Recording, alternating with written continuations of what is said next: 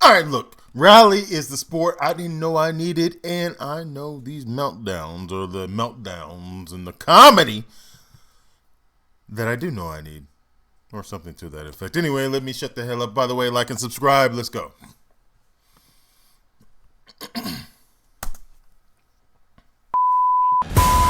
Rally drivers tend not to lose their temper that often, but when they do, the results can be fairly dramatic. Okay, real quick. This is exactly what I was thinking of. This is what attracted me to this reaction, because I'm thinking to myself, rally drivers have to be kind of like astronauts, probably less intelligent. Not probably, definitely, because we all are.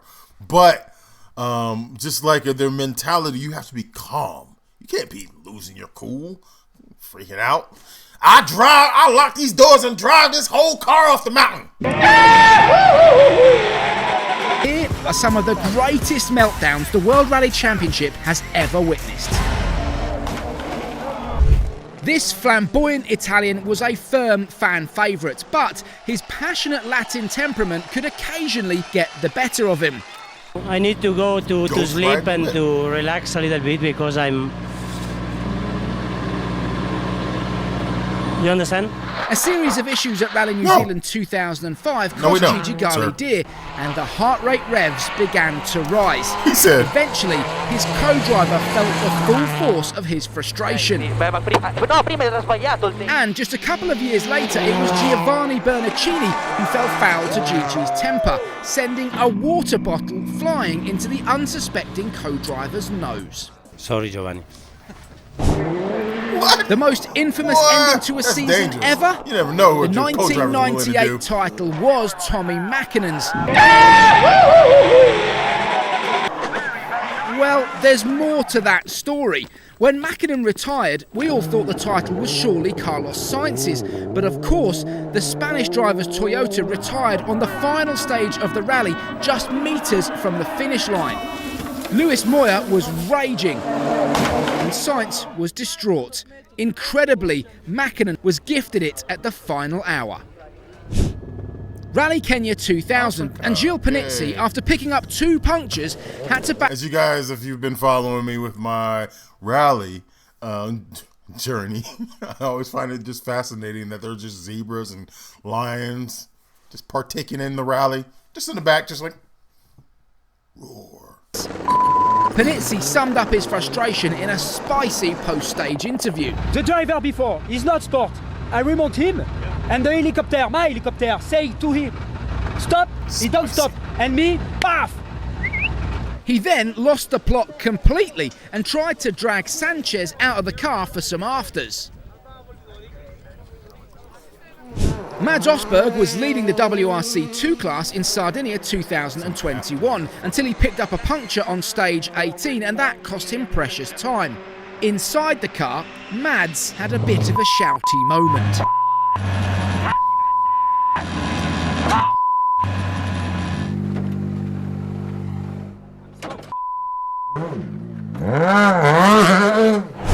Francois Delacour was the last Mitsubishi standing at Rally GB 2002, until he wasn't. And it was his co-driver who took both barrels of the fiery Frenchman's anger for reading a pace note late. Bring it down. 10 fois trop tard. 10 fois trop tard, mais 10 fois trop tard. 100 fois trop tard. It was Chevy Pons' co-driver Carlos Del Barrio's 200th event. What should have been a celebration turned into a rally to forget. Hey, you driving, man. Don't get mad at me. He read the same line of pace notes twice, and Pons was not a happy camper. What the man with the pen and paper is doing, but I feel like he is like... And while giving his co-driver an earful, he lost all control of the car and binned his Citroen into the vineyard.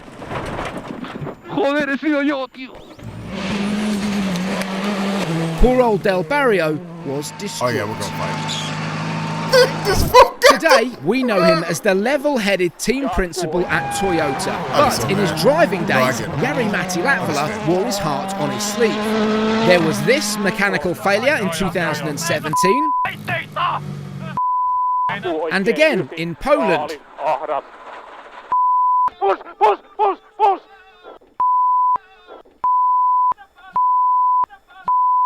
Then there was that puncture in Spain. I don't want to know. I'm so angry now because I would have won this rally. Oh my God, those tires are... A flying finish is, well, it's pretty much exactly that. But in the wet of Monte Carlo 2014, the time control came up a little too quick for a flying Sebastian Ogier on stage 8. And he was not best pleased. It's completely crazy. We are just after the finish line. Left 90. Anthony Warmbold suffered an engine shut-off in 2004's Rally New Zealand, and by the time it had been resolved, Francois Duval, also in a Ford, was in his dust. The Belgian pair's frustration was palpable. We can't see anything. Stop him, please. Warmbold, though, wasn't picking up the phone. Right 90. 2 in. Hey, have you guys been to rallies before? A lot of you guys have from past...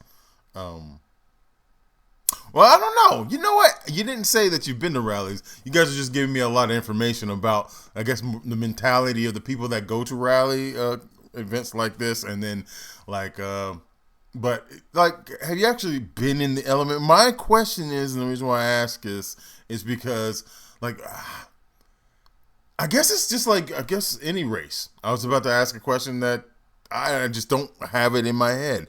I can't stand there all day and just watch people just go by me, and then it's a wrap. Like, what do you do in the interim, in the aftermath, the pre and post production? Like, what do you do when you're waiting for them to come up to you? I feel like it's kind of like maybe it's like a get together, kind of like baseball. Like baseball, you got to be kind of the intricacies of baseball. Yes, it can be boring, but if you go to baseball, it's not just watching the game.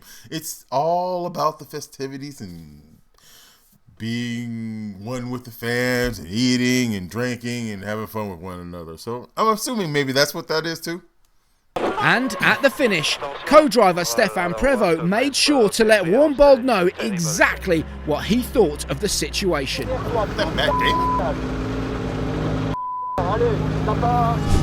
Finally, it's not only F-bombs and beating fists when things go awry in the WRC. Oyt Tanak had been driving phenomenally at Poland 2016 and was on course for his first ever rally win.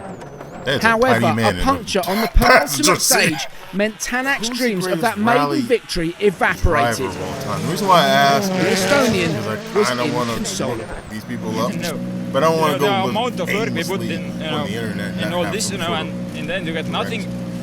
By the way, I didn't introduce myself in the beginning. I'm Noah Farrow, and like and subscribe. Dreams of that maiden victory evaporated. The Estonian was inconsolable. I don't know. The amount of work we put in, in all this, and in the end you get nothing. It's too hard. And that's Kevin Bacon and Matt Damon. Kevin Damon, he's about to cry. Don't cry.